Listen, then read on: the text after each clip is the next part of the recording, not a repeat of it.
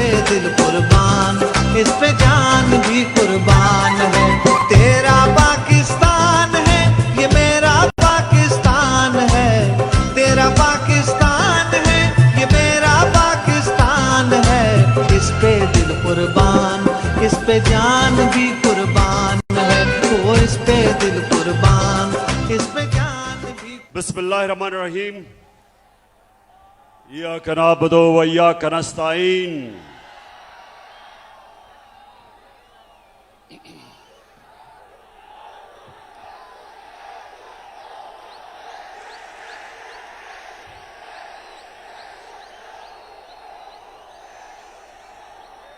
Diesel diesel या मेलू? मेलू क्या है?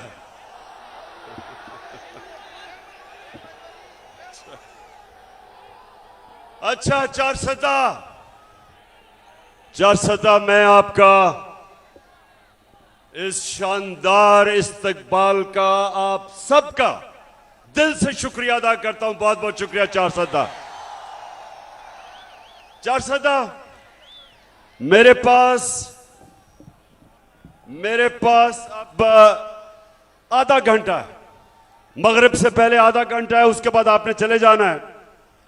तो मैं ये चाहता हूं कि मैं आज आपसे आधे घंटे में अपनी मुल्क का सूरत हाल रखूं और आप सबको तैयार करूं कि मेरी कौम ने जब मैं आपको कॉल दूंगा, चारसदा आपने मेरे साथ हकीकी आजादी के लिए निकलना है। तो सबसे पहले चारसदा, सबसे पहले मेरा ये ईमान है, मेरी सियासत नहीं, मेरा ईमान है कि वो कौम, मुसलमान कौम, जब तक ला इलाहा इल्लल्लाह का मतलब समझती नहीं और अपने दिल में ला इलाहा इल्लल्लाह को नहीं जानती, वो कौम हकीकी तौर पे आजाद नहीं हो सकती।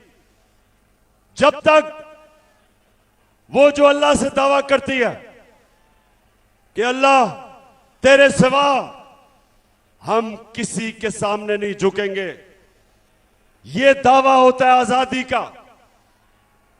और दूसरा कि जब तक एक कौम मेरे नबी सल्लल्लाहु अलैहि वसल्लम की सीरत पे नहीं चलती, उनकी सुन्नत पे नहीं चलती, वो ज़हनी तौर पे आजाद नहीं होती, उसका किरदार ठीक नहीं होता।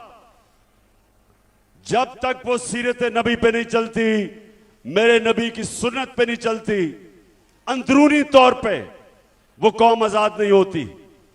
तो ये मेरा ईमान है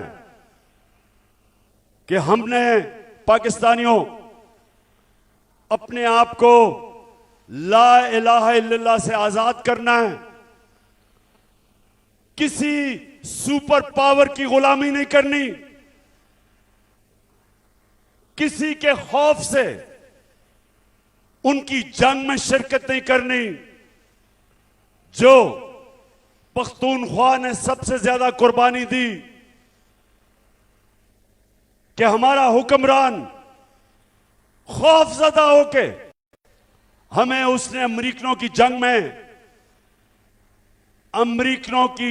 में शिरकत करवा के 80,000 पाकिस्तानियों की कुर्बानी दी, जिधर पख्तूनख्वा ने सबसे ज्यादा कुर्बानी दी। तो जो मैं आजादी की बात करता हूं, हम फैसले अपने मुल्क के लोगों की मफादात के लिए करेंगे, अपनी कौम को किसी और मुल्क के फॉरेन पॉलिसी के लिए कुर्बान नहीं करेंगे। यह है आजादी। और दूसरी चीज, कुरान में अल्लाह कहता है जो लोग ईमान ले आए अल्लाह उनके खौफ दूर कर देता है। जो मेरे नबी सल्लल्लाहु अलैहि वसल्लम की सुन्नत पे चलते हैं, ज़हनी तौर पे आजाद हो जाते हैं, खौफ का बुत तोड़ देते हैं। और जब तक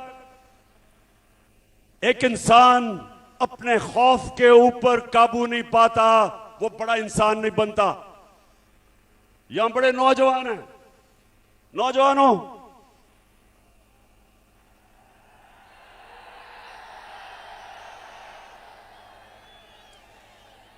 नौजवानों,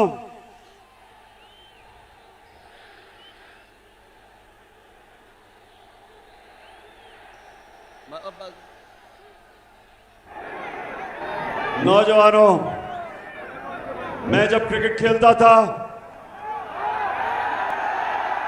जो आप खेलते होंगे, कभी ये याद रख लें, कभी कोई क्रिकेट की तारीख में बड़ा बैट्समैन नहीं बना जो तेज बॉलर से डरता था, और कभी कोई ऐसा बड़ा बॉलर नहीं आया जो मार खाने से डरता था बैट्समैन से, और कभी कोई बड़ा कप्तान नहीं आया जो हारने से डरता था। जो भी इंसान बड़ा इंसान बना है, अपने खौफ के ऊपर काबू पाता है। और मेरे नबी सल्लल्लाहु अलैहि वसल्लम ने मदीना की रियासत में वो लोग जिनकी हैसियत नहीं थी, उनको उन्होंने दुनिया की इमामत करवाई, उनके ये खौफ का बुत तोड़ा, पैसे का बुत तोड़ा, लालच का बुत तोड़ा, इंसानों को इकबाल का शाहीन बना दिया। तो ये सबसे पहले नौजवानों, मेरा पहला आज जो मैं आपके पास आया हूं, हमेशा ये मेरी बात याद रखना कि जब एक कौम उठती है, कौम का किरदार उठता है, कौम की परवाज उठती है, तो मुसलमान, जिस तरह अल्लामा इकबाल ने कहा, वो हमेशा वो उन उसूलों पे जाता है जो मदीना की रियासत पे मेरे नबी सल्लल्लाहु अलैहि वसल्लम ने जो उसूल बनाए थे। उन लोगों को उन्होंने, जिनको कोई पूछता नहीं था, उन्होंने दुनिया की इमामत की, और यह तारीख का हिस्सा है। तो मैं भी अपने पाकिस्तानियों, आपके पास जब ये बातें करता हूं तो इसलिए नहीं करता सियासत चपकाने के लिए, या आप सब जानते हैं इन्होंने इस्लाम को बेचने की दुकानें बनाई हुई हैं।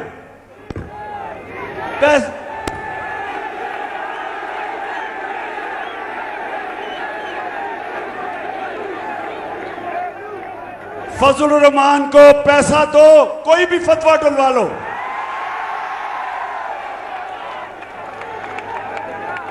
तो सबसे पहले ये जो मैं आपको हकीकी आजादी की बात करता हूं, इंशाअल्लाह इसी तरह हमारी कौम एक अजीम कौम बनेगी। दूसरी बात कि ये जो इंपोर्टेड हुकूमत एक साजिश के तहत इस कौम पे मुसल्लत की गई, दो मुकासद थे जो लेके आए, जिन्होंने अंदरूनी साजिश की और जो बाहर से अमरीकी की साजिश हुई।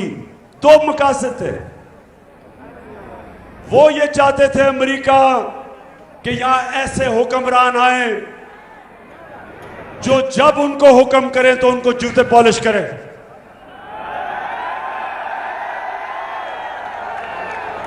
जो हाथ फैला के बेकारियों की तरह दुनिया में, सारी दुनिया में फिरे, अब खुद तो शर्म नहीं आती, कौम को भी शर्मिंदा करवाएं।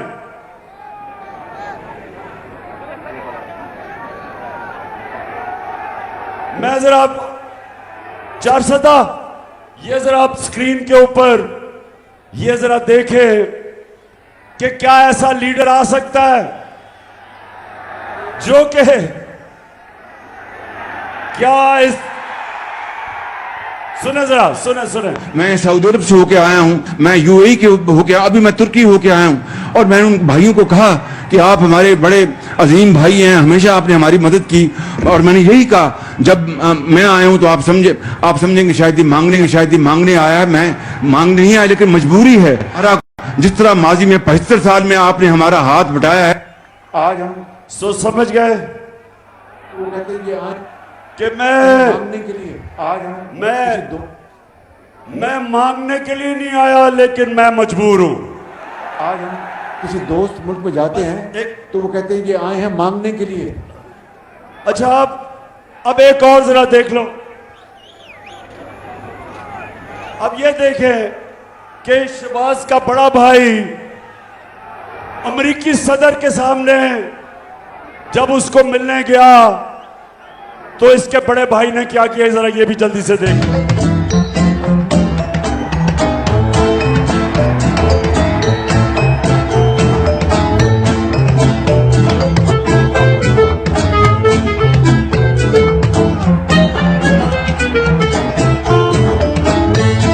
I thank you once again and look forward to welcoming you and Mrs. Obama in Pakistan. And Keema and Dal is good. 410 सुन दिया। अमेरिकी सदर के सामने इतना खौफजदा कि कहीं गलती ना हो जाए, कि जिस तरह बच्चा हेडमास्टर के पास बैठा हुआ है, गलती ना हो जाए, कि पढ़ के कह रहे हैं कि सदर साहब बहुत बहुत शुक्रिया आपका, पढ़ के कह रहा है। मैं ये आपको इसलिए कह रहा हूं कि ये अल्लाह ने हमारा जो मुल्क बनाया है, ला इलाहा इल्लल्लाह पे एक अजीम मुल्क बनाया था। इस तरह के लोगों ने आज इस कौम को दुनिया के सामने हमें शर्मिंदा करवाते। हरे पासपोर्ट की इज्जत नहीं, क्योंकि जो हुक्मरान अपनी कौम की इज्जत नहीं करते, दुनिया उसकी कौम की इज्जत नहीं करता। तो मेरी पाकिस्तानी और 410 नौजवानों, इंशाअल्लाह हमने इसी पाकिस्तान को एक अजीम कौम बनाना है, और इसी कौम को, यही पाकिस्तानियों को इंशाअल्लाह एक वो कौम बनाना है कि जब यहां 410 के नौजवान दुनिया में कहीं भी बाहर जाएंगे, लोग उनको देख के कहेंगे कि ये पाकिस्तानी आ रहा है, ये है पाकिस्तानी। जिस तरह एक दफा जब पहली दफा मुसलमान ताजर गए इंडोनेशिया और मलेशिया, कोई मुसलमान फौज नहीं गई थी। मुसलमान ताजरों के किरदार को देख के, वो सादिक और अमीन थे, उनके किरदार को देख के इंडोनेशिया और मलेशिया के लोग मुसलमान हुए। वो इंशाल्लाह एक दिन आएगा कि मेरा जब पाकिस्तानी दुनिया में जाएगा, लोग कहेंगे ये देखे, ये है मुसलमान, ये है उम्मत नबी सल्लल्लाहु अलैहि वसल्लम की।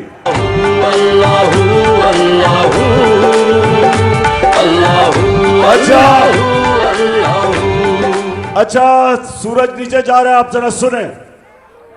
जब से ये हुकूमत आई है, 410 जरा गौर से सुने। मैं बाद में ये पहली दफा मैंने मैलू सुना है, बाद में। अच्छा जी,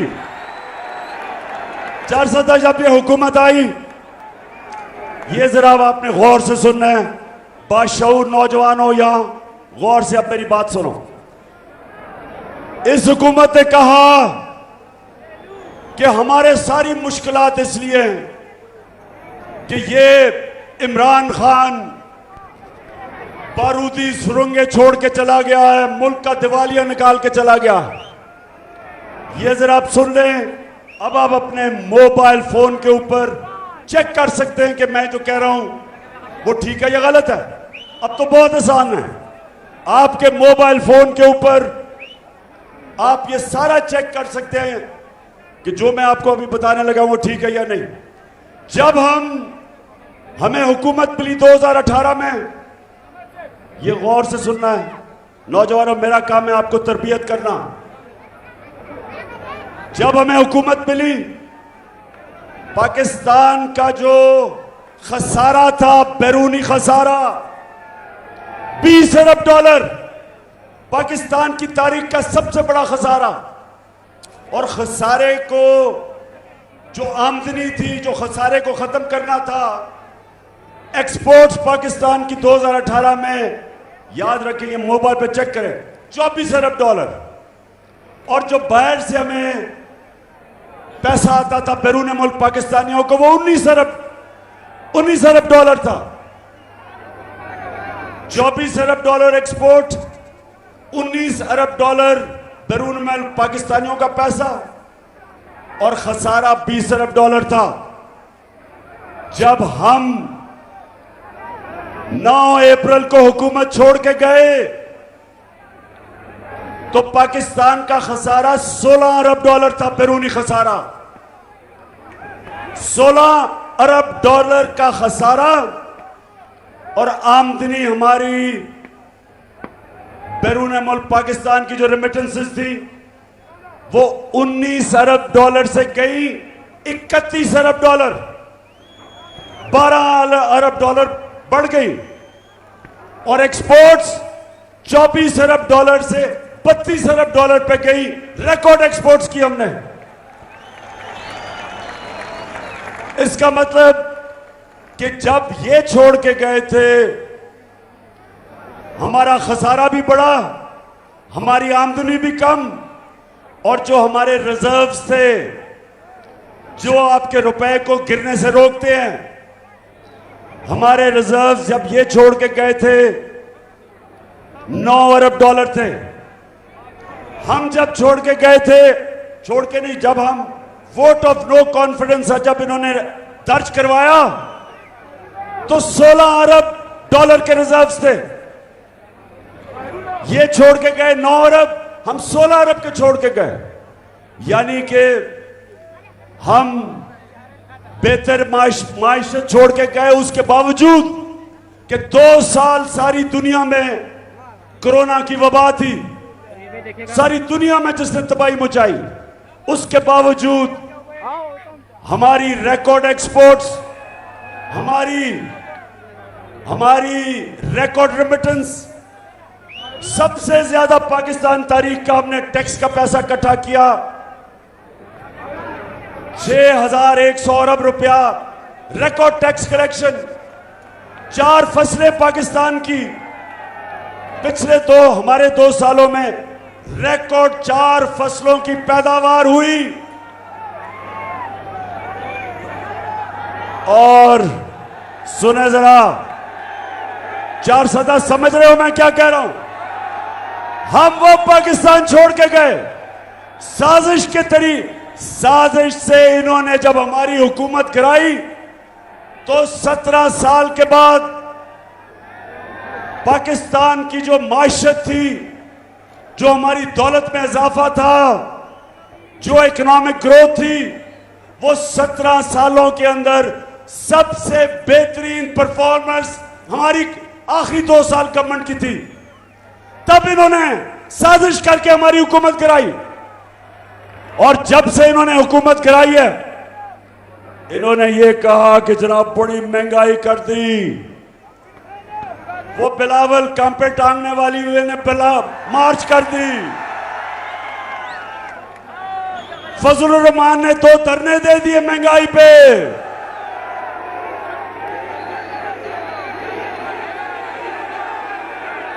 हमने कोई FIR नहीं काटी, कोई कंटेनर नहीं रखे। मैंने तो बल्कि दावत दी कि आ जाओ इस्लामाबाद, अगर तुम्हें मुश्किल पड़े तो मैं तुम्हें खाना पीना भी पहुंचा दूंगा। तो वो जब हमारी हुकूमत इन्होंने गिराई, 17 साल के बाद हमारी इकोनॉमी बेहतरीन ऊपर जा रही थी। और ये पहली हुकूमत जो गिराई, कोई करप्शन का केस ना इमरान खान के ऊपर ना वजीरों पे था। जब ये चोरों ने हमारी हुकूमत गिराई साजिश के तहत, और इन्होंने क्या किया, आते साथ ही आते साथ ही अपने करप्शन के केसेस खत्म करने शुरू किए। नैब के अंदर अमेंडमेंट की 1100 अरब रुपया जो अवाम का चोरी किया हुआ था वो इन्होंने माफ करवाना शुरू किया। अभी पता चला कि रमजान शुगर मिल शहबाज शरीफ की वो भी अब करप्शन का केस माफ हो रहा है। FIA के अंदर शहबाज शरीफ और इसके बेटे को सजा होनी थी। 16 अरब रुपया FIA का नौकरों के नाम पे लिया जो FIA ने पकड़ा। 4 गवाह 2 महीने में मर गए। एक इन्वेस्टिगेटर FIA का वो मर गया, सब हार्ट अटैक से मर गए। और जब भी इन्वेस्टिगेशन होगी पता चलेगा कि वो हार्ट अटैक से ऐसे नहीं मरे, उनको मरवाया गया क्योंकि इसके केसेस थे। तो अपने तो इन्होंने केसेस माफ करवा दिए। कौम को क्या हुआ? 4 महीने के अंदर पाकिस्तानियों सुनो, हमारा रुपया गिरना शुरू हुआ। नो कॉन्फिडेंस जब थी तो 178 रुपए का डॉलर था, आज 236 रुपए पे डॉलर चला गया। 30%। 400 जरा ये नौजवानों समझो बात, आपकी दौलत में 30% कमी हुई है। 30% रुपया गिरा। हम सबकी दौलत में 30% कमी हुई, लेकिन ये चोरों की जिनकी अरबों डॉलर मुल्क के बाहर पड़े हैं, इनकी दौलत में 30% इजाफा हुआ। इसलिए मैं आज अपनी सारी कौम को कह रहा हूं कि कभी मेरे पाकिस्तानियों, कभी उस जमात को वोट ना देना जिनके लीडरों के पैसे और जायदाद और बिजनेस मुल्क से बाहर हो। कभी उनको वोट ना दो, क्योंकि आज आपकी दौलत में कमी, रुपया गिर रहा है, 30% रुपया कम हुआ है और इनका जो बाहर पड़ा हुआ पैसा है उसमें 30% इजाफा हुआ है। इसलिए मैं भी फैसला किया, इंशाल्लाह अगर अगली बारी दी अल्लाह ने, मैं किसी को 410 सुनो जरा, मैंने किसी को वजीर नहीं बनाना जिसके पैसे और दौलत पाकिस्तान में से बाहर पड़े हों। जब तक एक सियासतदान के पैसे और दौलत मुल्क में नहीं पड़े, इसका मतलब वो पूरी तरह मुल्क से वफादार नहीं है। वो ये डर रहा है या तो चोरी का पैसा बाहर है, और या वो डर रहा है कि अगर मुल्क नीचे गया तो मेरा पैसा बाहर है, मैं बच जाऊंगा। मैं ये चाहता हूं कि जो भी अब क़यादत में आए उसका पैसा जीना मरना पाकिस्तान में हो, ताकि वो मुल्क के साथ ही नीचे जाए, वो लड़े अपने मुल्क के लिए।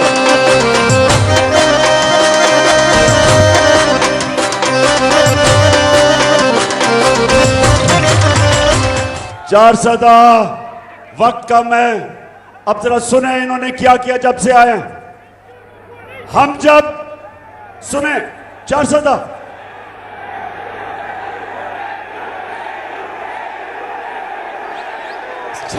सुनो, और वो मगरिब होने वाली है, मैंने उससे पहले बात खत्म करनी है। सुने जरा, देखिए हम जब गए तो आलमी मंडी के अंदर तेल $103 का था। नोट कर लो, ये आलमी मंडी में 9 अप्रैल जब हम गए तेल $103 का था।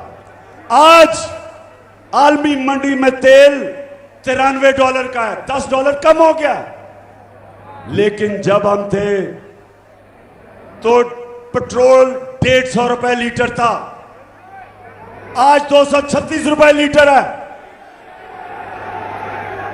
और 400 फजल रहमान 145 रुपए लीटर था, आज फजल रहमान की कीमत 250 रुपए लीटर है। इसका मतलब 400, इसका मतलब कि आलमी मंडी में तेल की कीमत कम, पाकिस्तान के लिए तेल, डीजल और पेट्रोल की कीमत ज्यादा। बिजली, जो आज लोगों को बिजली के बिल आ रहे हैं, हम जब हुकूमत में थे 16 रुपए यूनिट थी बिजली की कीमत, आज 36 रुपए दुगनी हो चुकी है। आज टैक्स मिला के 50 रुपए यूनिट से ऊपर चली गई है, 3 गुना ज्यादा बढ़ गई है। ये आए थे महंगाई के ऊपर, महंगाई के सारे रिकॉर्ड तोड़ दिए इन्होंने। और फिर किसानों के लिए, जरा किसानों के लिए मैं बताऊं, हम जब थे 8.5 रुपए यूनिट था ट्यूबवेल के ऊपर बिल, 8.5 रुपए यूनिट, आज 36 रुपए यूनिट है, 3 गुना से भी ज्यादा,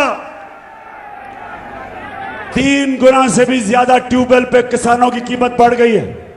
जो डीएपी था वो 8,000 रुपए, 8,000 रुपए पे था, अब 8,000 रुपए से 14,000 रुपए पे चला गया। पोटैश 4,000 रुपए थी, आज 16,000 रुपए चली गई। और आज किसानों का जो सबसे ज्यादा पैसा हमारे दौर पे बनाया था, आज किसानों के खर्चे इतने हो गए, आज खर्चे इतने ऊपर चले गए। और ये जो किसान 21 तारीख को मुजाहरा कर रहे हैं, मैं आप सबकी पूरी हिमायत करता हूं, किसानों की पूरी हिमायत करता हूं। अच्छा, 400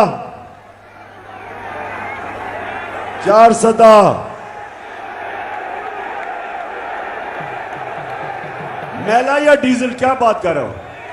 अच्छा, 400, 5 मिनट रह गए, सुने आप। हमने अपने मुल्क में गौर से जरा सुन लें, ये जो हुकूमत जिस तरफ जा रही है, आईएमएफ क्या कह रहा है, वर्ल्ड बैंक क्या कह रहा है, वो कह रहे हैं कि यह हुकूमत माइशत नहीं संभाल सकती। एक तरफ महंगाई इस्बान पे, और दूसरी तरफ हमारी सनत, हमारी इंडस्ट्री नीचे जा रही है, इंडस्ट्री बंद हो रही है, बेरोजगारी बढ़ रही है, किसानों की वैसे मुश्किलात है। आईएमएफ और वर्ल्ड बैंक कह रहा है, मैं नहीं कह रहा, वो कह रहे हैं कि पाकिस्तान श्रीलंका की तरह जा रहा है या मुल्क में इंतशार होने वाला है। और इसलिए मैं आज पैगाम देना चाहता हूं इनको, इस इंपोर्टेड हुकूमत को, और जो भी इस इंपोर्टेड हुकूमत के पीछे खड़े हैं, सुन लें, पहले तो एक अच्छी भली हुकूमत जो 17 साल के बाद सबसे बेहतरीन परफॉर्मेंस दे रही थी, पहले तो साजिश के तहत उस हुकूमत को गिराया। जो जिम्मेदार हैं, ना ये कौम भूलेगी उनको, और ना अल्लाह माफ करेगा। जो महंगाई में आज जो हमारी अवाम पिस रही है, आटा तकरीबन दुगना हो गया 5 महीने में। 50 किलो आटा जो होता था, आज वो 100 रुपए से ऊपर कराची में चला गया। चावल दुगने हो गए हैं कीमत उनकी। जो आम आदमी के लिए सब्जियां 50% उनकी कीमत बढ़ गई। तो सारी कौम आज पूछ रही है, कौन है जिम्मेदार इसका? किसने इस कौम को गिराया? कौन नीचे लेके आया? किसने साजिश की? और मेरा पैगाम ये इंपोर्टेड हुकूमत को है कि आज अगर आप ये समझते हैं कि हम हरबे इस्तेमाल करेंगे, एफआईआर काटेंगे हमारे कारकुनों के खिलाफ, FIR करेंगे, मीडिया का मुंह बंद करेंगे, चैनल्स के खिलाफ एक्शन लेंगे, अच्छे अच्छे सहाफियों के खिलाफ उनके ऊपर जुल्म करेंगे ताकि मुल्क छोड़ के चले जाएं।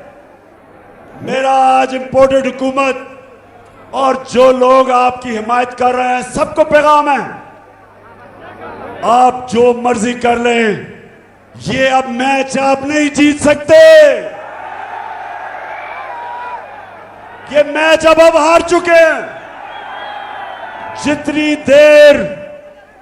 जितनी देर आप इलेक्शन नहीं करवाएंगे, मुल्क की माइशत और तेजी से नीचे जा रही है। दुनिया, बाहर की दुनिया आपको पैसे देने के लिए तैयार नहीं है।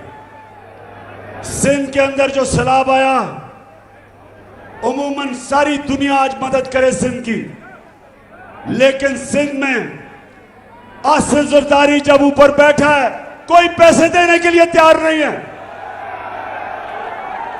आसिफ जरदारी को पैसे देने का मतलब कि बिल्ले को दूध की हिफाजत।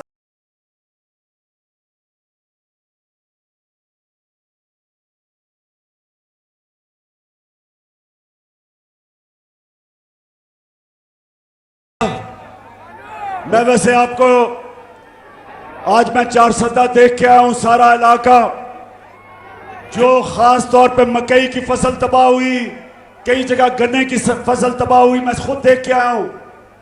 इंशाल्लाह कल फिर मैं इंटरनेशनल टेलीथॉन कर रहा हूं। 10 अरब रुपया अल्लाह के फजल से इकट्ठा कर चुका हूं और पैसा इकट्ठा करूंगा। और इधर भी हम पैसा लगाएंगे और इंशाल्लाह सारे पाकिस्तान में जैसे जैसे पैसा आएगा मुतासरीन की हम मदद करेंगे। लेकिन अफसोस की बात यह कि जो ये चोर ऊपर बैठे हैं, कोई दुनिया में इमदाद करने के लिए इनको तैयार नहीं, क्योंकि सबको पता है कि इनके अपना पैसा बाहर पड़ा है, अपना पैसा बाहर ले गए हैं और दुनिया को कहते हैं कि हमें पैसा दो, कोई पैसा नहीं देगी। हम इंशाल्लाह अपनी कौम से पैसा इकट्ठा करेंगे। और मैं दूसरी चीज इस हुकूमत को कहना चाहता हूं कि आपकी सारी कोशिश है कि ऑपोजिशन हमें दबाया जाए, मीडिया को दबाया जाए, लेकिन मुल्क के हालात आपसे संभाले नहीं जा रहे। मलाकंड के अंदर लॉ एंड ऑर्डर सिचुएशन शुरू हो गया। पख्तूनख्वा की पुलिस पूरी कोशिश कर रही है, लेकिन फेडरल गवर्नमेंट को अब सामने आना चाहिए और अपनी ड्यूटी पूरी करनी चाहिए, बजाय इसके कि सिर्फ कोशिश करें कि किसी तरह इमरान को दहशतगर्द बना दें या फलाना केस कर दें या जो भी केस कर दें।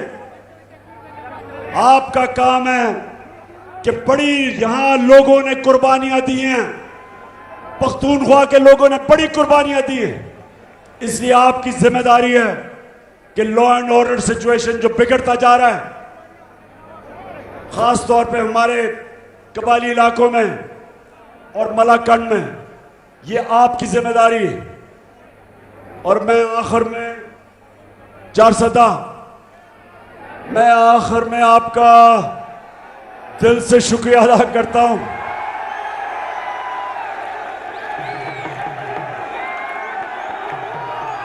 आपने सबने इंतजार करनी है, सबने इंतजार करनी है। ज्यादा दूर नहीं वो वक्त जब मैं अपनी कौम को एक कॉल दूंगा, और वो कॉल होगी सिर्फ एक मकसद के लिए कि इस दलदल से जिसमें हमारा मुल्क डूबता जा रहा है, इन चोरों के हाथ जो हमारा मुल्क दलदल में डूबता जा रहा है, सिर्फ एक रास्ता है इससे निकलने का, साफ और शफाफ इलेक्शन करवाए जाए। और अगर ये कोई समझता है कि आज ये जो अवाम सारी है, पाकिस्तान की अवाम एक आवाज से कह रही है कि इंपोर्टेड हुकूमत नामंजूर। हम बाहर की साजिश के तहत इन चोरों को कभी कबूल नहीं करेंगे। एक आवाज से कौम कह रही है कि या एक पुरअमन इनकलाब को आने दो वोट के जरिए, जो हम पुरअमन जलसे करते हैं। हम एक पैगाम दे रहे हैं इन सबको कि वोट के जरिए तब्दीली आने दो, नहीं तो ये मुझे खौफ है।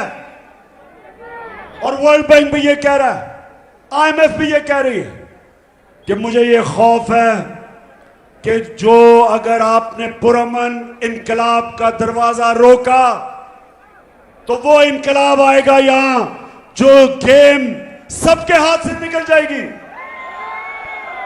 वो इनकलाब आएगा जो मुल्क को नुकसान पहुंचाएगा।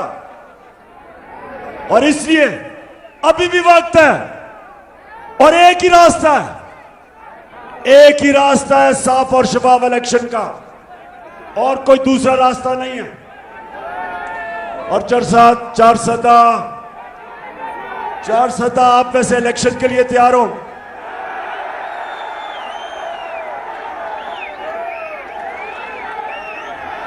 इंशाअल्लाह मैं फिर से 4 सदा, मैं जिस तरह आज आपने मेरा इस्तकबाल किया, जिस तरह आपने मुझे इज्जत दी, मैं हमेशा याद रखूंगा, आपको नहीं भूलूंगा। पाकिस्तान जिंदाबाद।